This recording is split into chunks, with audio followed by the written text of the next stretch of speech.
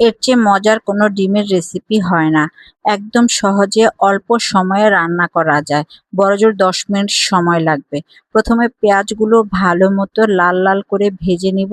তার সাথে শুধুমাত্র হলুদ, লবণ, মরিচ ও ধনিয়ার গুঁড়া দিব। ভালো মতো কষিয়ে একটু পানি দিব। তার উপরে দিয়ে দিব ডিমগুলো ভেঙে ভেঙে। তারপর একটা ঢাকনা দিয়ে রেখে দিব।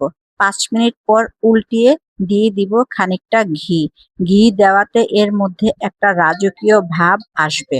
তারপর আমরা গরম গরম ভাতের সাথে পরিবেশন করব।